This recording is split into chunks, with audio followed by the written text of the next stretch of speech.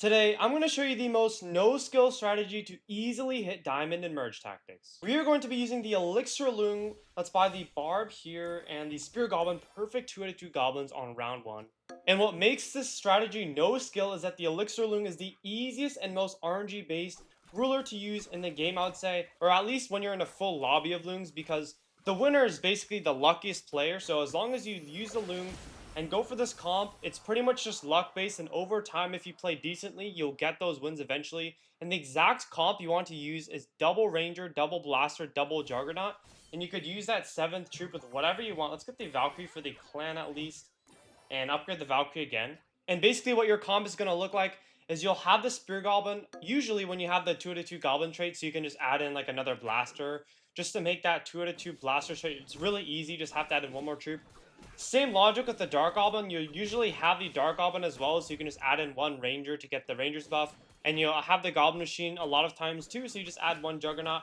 And there you go, only 3 additional units to get 3 extra traits. Those are the 3 core traits, and you could use the rest of your team with whatever you'd like. So let me just try to cycle a little. Oh, this is Ascension, so I'll probably just use the Skeleton King here. Let's buy the Archer as well, and we'll put in the Archer to get that Rangers.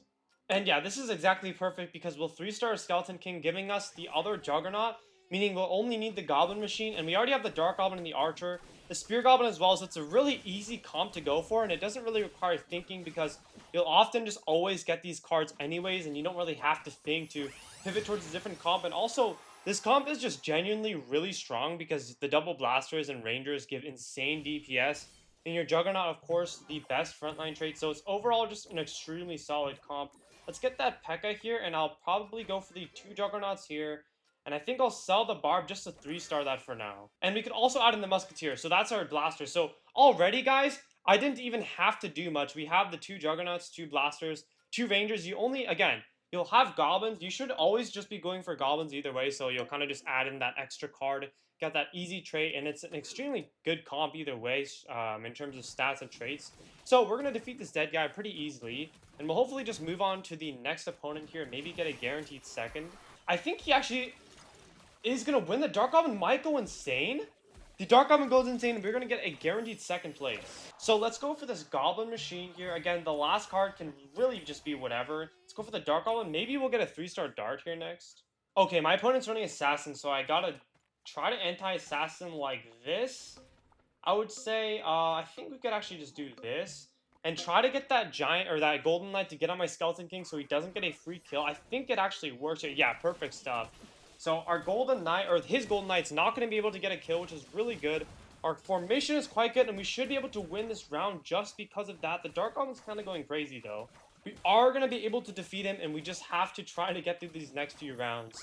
Alright, I'm going to try to upgrade my cards a bit. Let's go for the Executioner, I guess. And I think I'll sell these, try to cycle a little bit more just to get something pretty decent. Go for the Bandit, upgrade the Exy. And I think I might try to go for the... I'll go for the Executioner instead, so we can go for the Knight. I think the Knight's pretty good. I'll just try to cycle a little bit. Ideally, I really would want that Dark Goblin here, but I think this is fine, actually. We can move it like this. Put the Giant Skeleton King in the front. Hopefully the Golden Knight locks onto the the Skeleton King. Beautiful. He's moving his Golden Knight, so we're just trying to, like, pair up our Skeleton King with him. He almost got a dash. The only problem is the Princess is getting crazy splash damage, but I guess I have to just try to move my units, but even so, this Golden Knight is the biggest problem here, guys. You know what I probably will do is I'll actually just go for a real comp now, so let's do that. 3-star the Dart. Let's buy the Mega Knight here. 3-star the Musketeer as well. That's really good. We do get the double blaster, so we actually get some real blasters here. I'll probably sell the machine. I don't think we really need the machine. I'll sell the Musketeer. We could try to cycle for maybe a maxed out guy if we can. Unfortunately, we're not really getting much, so I'll probably just sub in this guy instead, and we actually get that. I just don't think I could really go for that right now, to be honest. Golden Knight's gonna actually not go, so he actually took out his assassins. He actually just got a really good snipe on the Princess here. 3-star Valkyrie is gonna help a lot, and we might actually be able to take him out here unless his Dark Goblin goes insane. We are gonna take the first victory very easily. But that's what I mean. It's a really no-skill comp, to be honest. No brain. Really just all luck. I mean, I feel like the game these days is sort of really luck based. I guess we can leave it like that. But I actually did just come back from Worlds. I'm recording this video on Monday, so Worlds was Friday, Saturday, Sunday. It was a really fun experience. I met a lot of really cool people, a lot of cool creators there that I've looked up to for a long time. But basically, there are also a lot of Supercell employees there, so I talked to a few of them. Shout out Tom, really good guy, Tom. I just had a good chat with for merge tactics, like kind of the state of the game. Let's buy the P.E.K.K.A there, and I think I'll probably sell.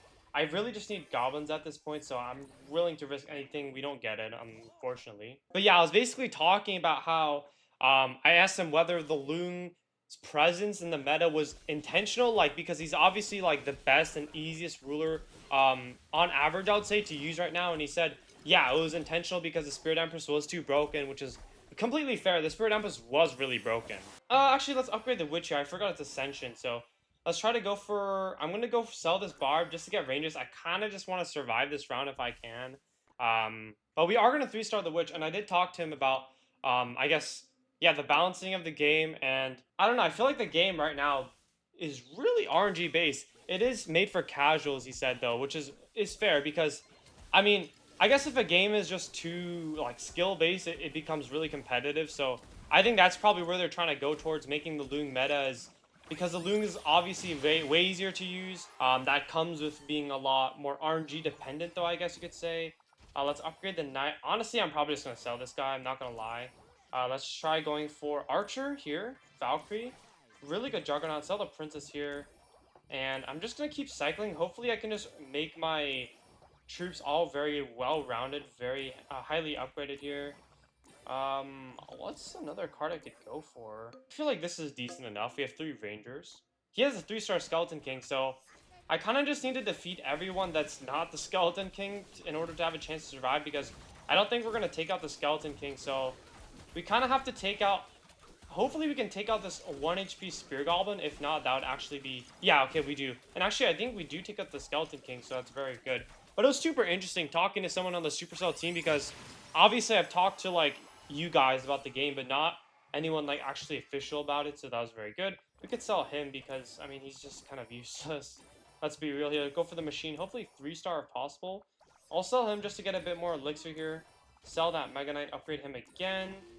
And we are just not getting any... Let's put in the Queen for now and the Barb, so at least we have the Clan for now. And you know, we are up against a dead guy, so just for that, I feel like... I don't know. He has a 3-star Baby Dragon and a 3-star E-Giant, which is a bit concerning. I don't know if I wanted to, like, risk it and lose the Clan. I guess I could have taken out the Knight for the Goblins, though, to be fair. That probably would have been better, but it was super interesting chatting about the game.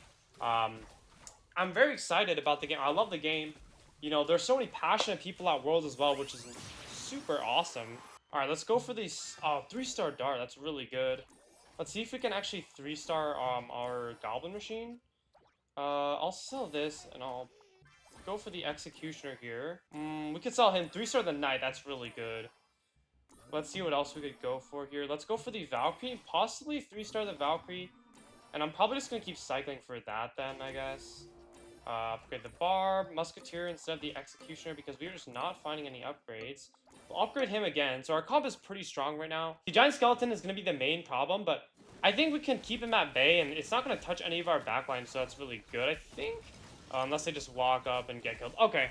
I guess, okay, I guess that's game 2 for you. But yeah, I feel like the game right now is just kind of in a state between casual and competitive. Like, let's go for the Spear Goblin here. I really just want the Goblin. But what I mean is the game, they're trying to make it casual by making the Elixir Loong meta, of course, because I feel like the Elixir Loong is kind of all luck, which is why the video is titled The Most No Skill Strategy, because the luckiest player will win when you play the Elixir in full Elixir Loong lobbies. Like, for example, whoever gets the Goblins first will 9 out of 10 times end up just winning the entire game, pretty much. However, the players are trying to push it to be competitive because Clash is a competitive game, right? The normal Clash is, so that kind of like translates over. Let's buy the Knight here. Okay, we do get 2 Goblins, so that's very nice. We can upgrade him, and that's pretty good. But as you guys have seen in the previous season, a lot of the players coming from Clash, because Merge Tactics is integrated into the actual Clash game, so of course people are going to be really competitive about it. Initially, they're trying to... Of course, you saw last season, people were pushing because they thought ranked badges were coming out. So you have this very competitive player base that really enjoys the game. However, they're trying to push the game to be casual by making rulers like Elixir Lung a bit better in the meta, who's pretty luck based. So I don't know. It's kind of an interesting spot, which is what I was kind of talking about last weekend. Let's sell the knights, I guess. I don't really want to sell the spear goblin, to be honest. We could put in the barb, and I think we're pretty good. You know, I'll sell the archer. For the archer, we'll put him in here. It's an equal trade. But yeah, we do have the 2 goblins, and we have 2 rangers. So our rangers part is complete. It's so easy, guys. Like, you literally just... You get the dark goblin either way for the goblin buff, and you just add in an extra archer or whatever. Princess, whatever the heck you get. And it should just go for the musketeer here. So I think it's in a pretty interesting spot. I think this season is probably going to be easiest for people to get a diamond because it's kind of just more luck-based, I guess you could say. So it's good for a lot of the newer players who kind of just want to hit diamond for the first time, but I feel like they just need to add a bit more incentive after people hit diamond. Let's buy this P.E.K.K.A here. Let's go for the knight, double juggernauts. And then I think I'll just try to cycle a little bit here. Let's go for the musketeer, add in the musket. See, we already have the comp. It's super easy to get, everyone. And you could easily just hit diamond if you keep putting the hours in, and if you just keep grinding. I haven't hit diamond yet because I've been pretty busy this week for worlds and just schoolwork. But, I mean, obviously, like, I could easily hit diamond. You guys can probably easily hit diamond as well. If you just get in enough reps in and you just play this comp, it's super easy to use. Like you can see, we're already winning like the majority of the games we're playing right now, pretty much just by using this comp, really.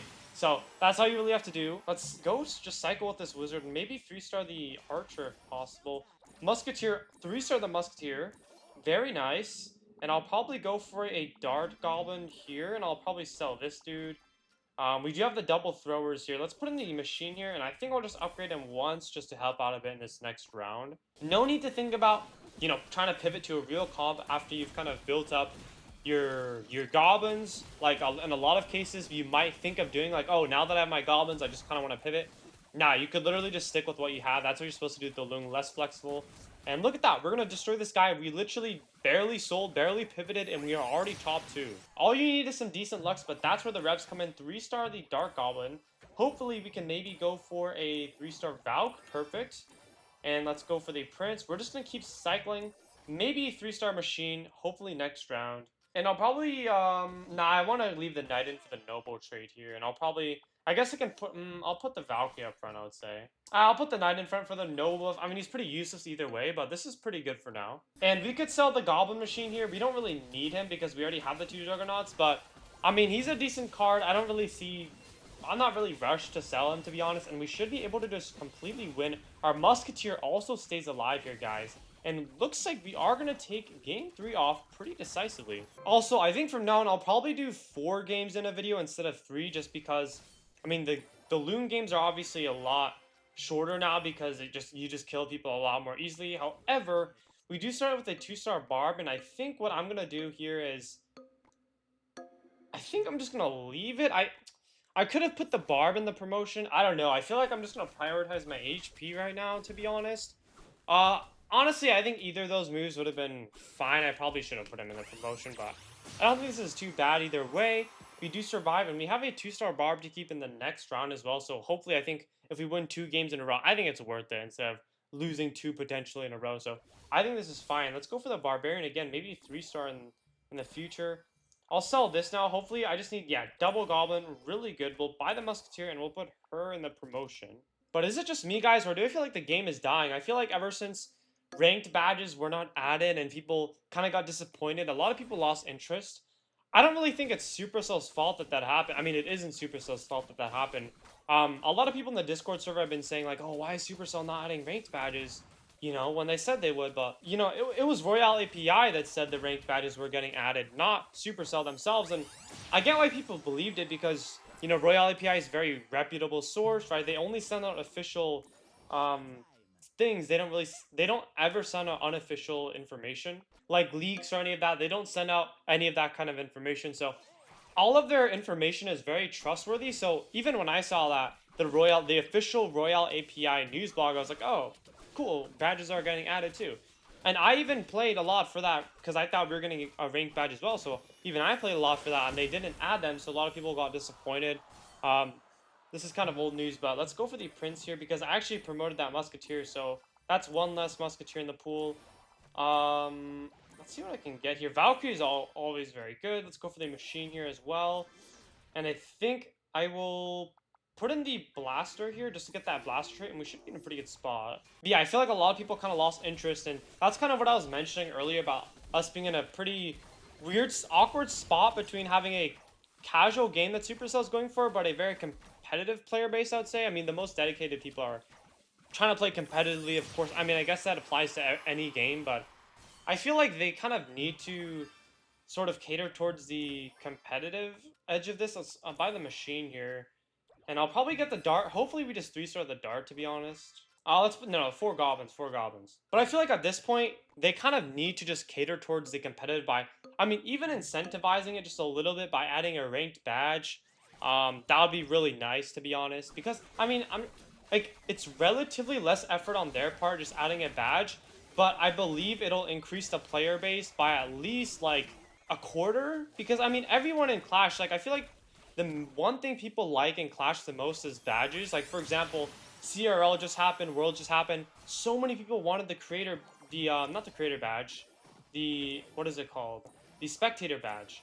Like, the spectator badge doesn't mean anything, but it's kind of like a, I guess the reason people want it is it's kind of like a knockoff CRL 21 badge, and people kind of just want the 21 badge, but because they couldn't actually get that badge, they're like, oh, let's just settle for the spectator badge. It looks similar. So for that reason, I feel like people just like badges the most. That's like the one thing people like the most in Clash to just kind of boast their achievements. So, I mean, if they added that one little badge just to incentivize people to play, I think the player base would honestly shoot up and it would help them a lot. So I feel like I mean, that's definitely one thing they should be adding for sure. So hopefully we do see that. I think we are actually going to win this game. So that is the most no skill comp / strategy you could use to hit diamond and merge tactics.